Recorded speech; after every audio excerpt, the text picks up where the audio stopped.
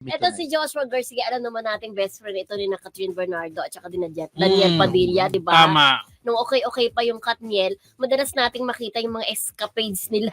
Magkakasama. Pupunta sila out of town o kaya sa ibang bansa talagang magkakasama sila. So nung nag-break, parang naapektuhan din ang kanilang friendship. Hindi na nag-outing, Hindi na nag-outing eh, hindi ko na nakikita eh. So syempre ang mga naiipit dyan, yung mga kaibigan. Diba? So tinanong itong si Joshua na kung saan siya nakaposisyon, 'di ba?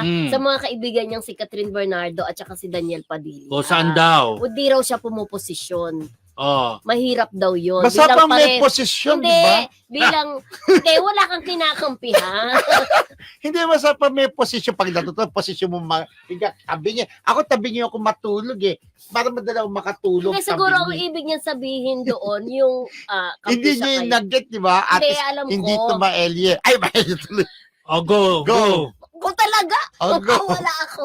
Go. Yung hindi siya maka-Catherine, hindi rin siya maka-Daniel. Kumbaga, Nasa gitna. Sa gitna lang siya. Di ba sinasabi nila ni Christy, Oh. pag nasa gitna ka raw, mahirap daw kung hindi ka kumaliwa kasi baka masagasaan ka. Correct.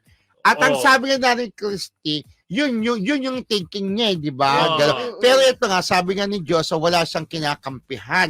At wala naman daw magtatampo dahil pare-parehas ng matured, di ba? So, hindi pwedeng sabihin na, ay, eto, mas gusto ko si Katid nung naghiwalay siya. Mas gusto ko si Daniel nung naghiwalay siya. Parehas lang ang pagtingin niya. Walang nakakalamang, sabi ni Joshua. Siguro sa mga Totoo desisyon naman yun. at saka sa paniniwala, pwedeng wala kang kilingan eh. Diba, it's either black or white lang. Pero sa tao siguro, when it comes to friendship siguro, kung pareho mong mahal na kaibigan na ayaw mong mawala sa'yo, hindi ka siguro talaga pipili. Pero alam mo, Sa Presyo, akin kahit wala talaga. kang pinipili, kahit tahimik ka Oo. lang, Deep minsan, inside. hindi, kahit wala kang pinipili, minsan talaga may nagtatampo pa rin na isa eh. Halimbawa, nagbabangga yung dalawang kaibigan mo, kahit ayaw mo makialam. Kasi dati hiwalay na. Ah, Pero ito nga ang sabi nga ni Joshua, mabuti na nga lang daw, wala daw nagtatampo sa isa't isa. Oo.